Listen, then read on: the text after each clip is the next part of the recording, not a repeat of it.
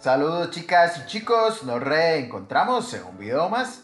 El día de hoy vamos a abordar una temática de estudios sociales, causas y consecuencias de la Guerra Civil de 1948. Vamos a iniciar.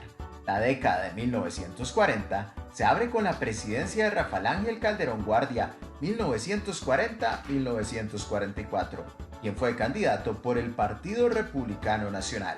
A él lo sucede en el poder Teodoro Picado Michalski, 1944-1948, por el mismo partido político, unido al Partido Comunista, quienes participaron en las elecciones con el nombre de Bloque de la Victoria.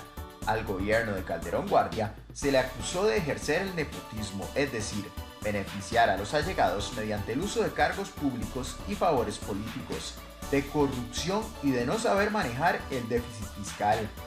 Al igual le sucedió al gobierno de Picado Michalski, quienes además se les acusó de ser comunistas por su alianza con el Partido Comunista de Manuel Mora Valverde.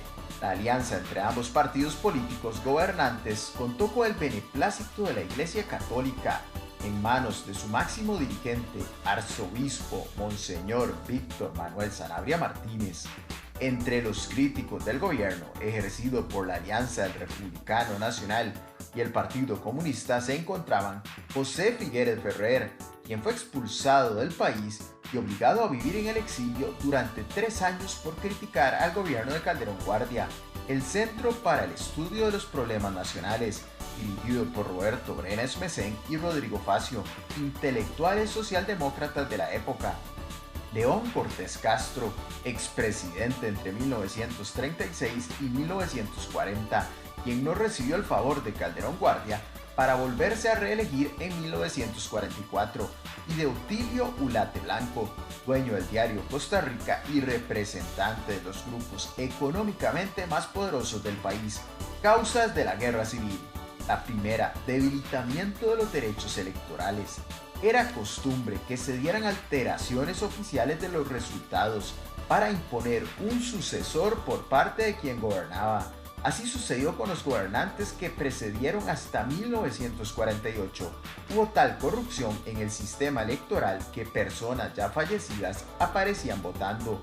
La crisis política, además de la crisis fiscal que vivía el país a los inicios de los años de 1940, se asistía a un periodo de formación de nuevos núcleos políticos que chocarán por razones ideológicas y por el predominio de su tendencia en el ámbito nacional.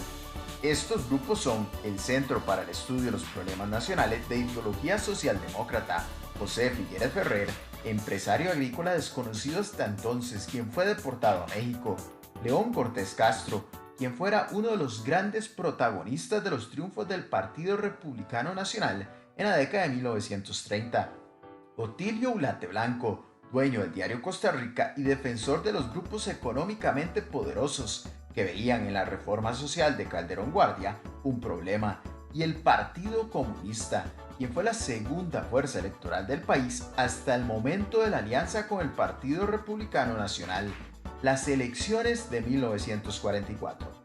Desde mayo de 1942, el Partido Comunista había empezado conversaciones con Calderón Guardia sobre una posible alianza política, la cual recibe la bendición de la Iglesia Católica, ya que el Partido Comunista accede a cambiar su nombre por Vanguardia Popular y modifica su programa político.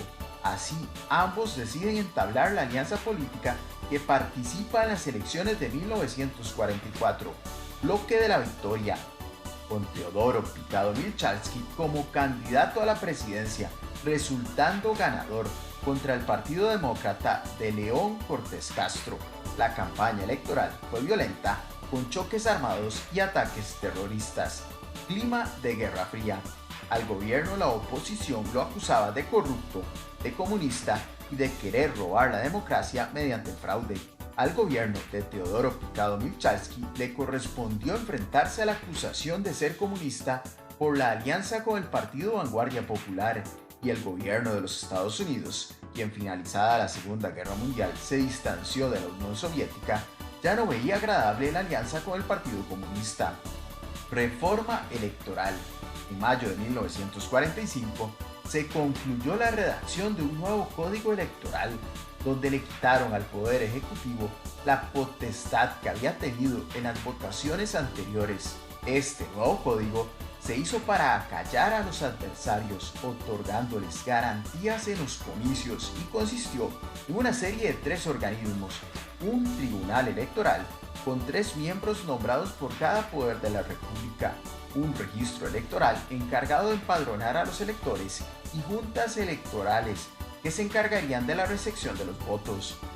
Reforma fiscal para ordenar la hacienda pública, y cada amplió 3 medidas: una reforma administrativa que se orientará a fomentar el control y el destino de los recursos estatales, una reforma en la base de las rentas estatales con la intención de hacerlas menos dependientes del vaivén del comercio internacional y lograr un préstamo a fin de paliar los efectos de la crisis de la guerra.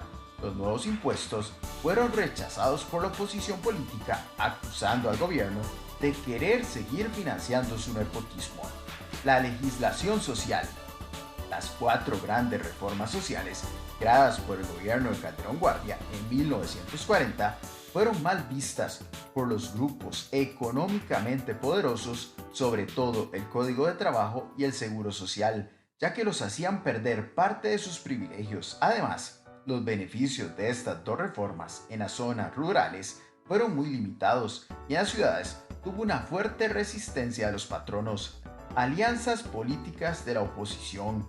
En marzo de 1945, Figueres Ferrer vuelve al país y en la clandestinidad había formado un partido político, Acción Demócrata, quien se alía con el Centro para el Estudio de los Problemas Nacionales, formando el Partido Socialdemócrata, quienes posteriormente, en octubre de 1945, se unen al Partido Unión Nacional de Utilio Ulate Blanco y el Partido Demócrata de León Cortés Castro.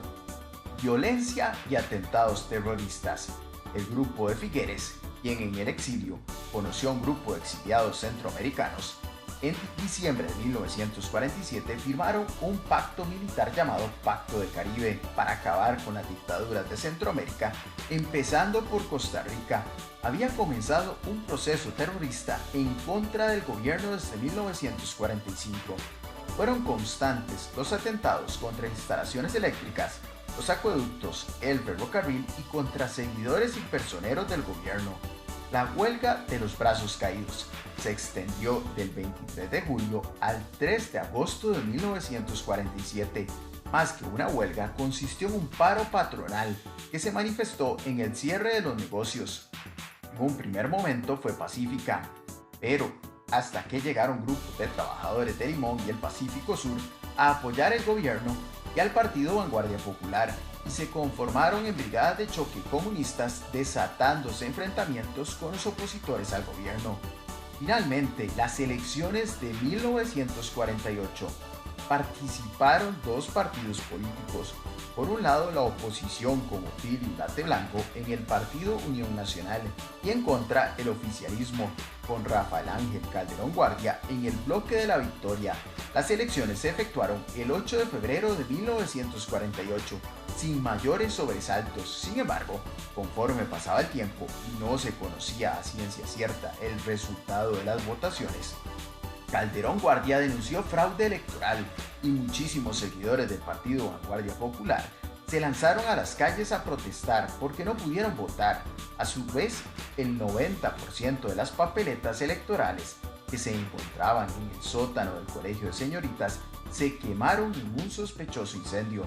Calderón presentó una demanda de nulidad al Congreso y en el 1 de marzo de 1948 anula las elecciones. En un tenso ambiente empezó el 10 de marzo lo que los figueristas llamaron Guerra de Liberación Nacional. Consecuencias de la Guerra Civil del 48. Primero, nueva noción del Estado. El Estado costarricense, hasta antes de la década de 1940, fue un Estado liberal, con poca intervención en los asuntos económicos, con un modelo agroexportador, pero a partir del 48, este modelo da campo a uno donde el Estado se vincula de lleno a intervenir en la economía y en lo social, donde el Estado comienza a cambiar las relaciones con la economía, donde se deja de paso el modelo agroexportador de 1 o 2 productos para ampliar la oferta en una mayor cantidad de productos. Esta diversificación nuevas y más modernas actividades a la par, el café y el banano, constituía una condición necesaria para la estabilidad económica y el desarrollo equilibrado del conjunto de la economía. La participación estatal fomentaría esa modernización y diversificación por medio de la creación de infraestructura física. Estamos hablando de electrificación, telefonía, carreteras, puertos y aeropuertos, mediante el crédito y recurriendo a otros estímulos. En otras palabras, se crea un Estado gestor o benefactor. Constitución Política de 1949. Esta nueva constitución política se basó en la de 1871. Fue de tendencia ulatista, ya que su partido político nombró a 34 de los 45 delegados a la Asamblea Constituyente, aunque marcó una mayor intervención del Estado en la economía. Por ejemplo, se abolió el ejército costarricense con el objetivo de solucionar los conflictos por medio del diálogo y no tener que recurrir a las armas. El 1 de diciembre de 1948 se aprueba el voto femenino, es decir, con esta determinación ahora el voto es universal. Se crea el Tribunal Supremo de Elecciones como ente fiscalizador de los procesos electorales en el país. Las instituciones autónomas, las cuales buscan descentralizar la labor del gobierno, y la nacionalización bancaria, la que busca otorgar préstamos a los industriales y productores costarricenses a mejores condiciones. La tercera es las instituciones autónomas. Estos organismos tienen autonomía administrativa, es decir, son organismos descentralizados que se encargan de brindar servicios en áreas sociales, económicas, culturales y de salud. Ejemplos son la Caja Costarricense del Seguro Social, Instituto Costarricense de Electricidad, Instituto Nacional de Seguros, el Instituto Nacional de Aprendizaje, Acueductos y Alcantarillados, la Universidad de Costa Rica, entre otras. Nacionalización bancaria.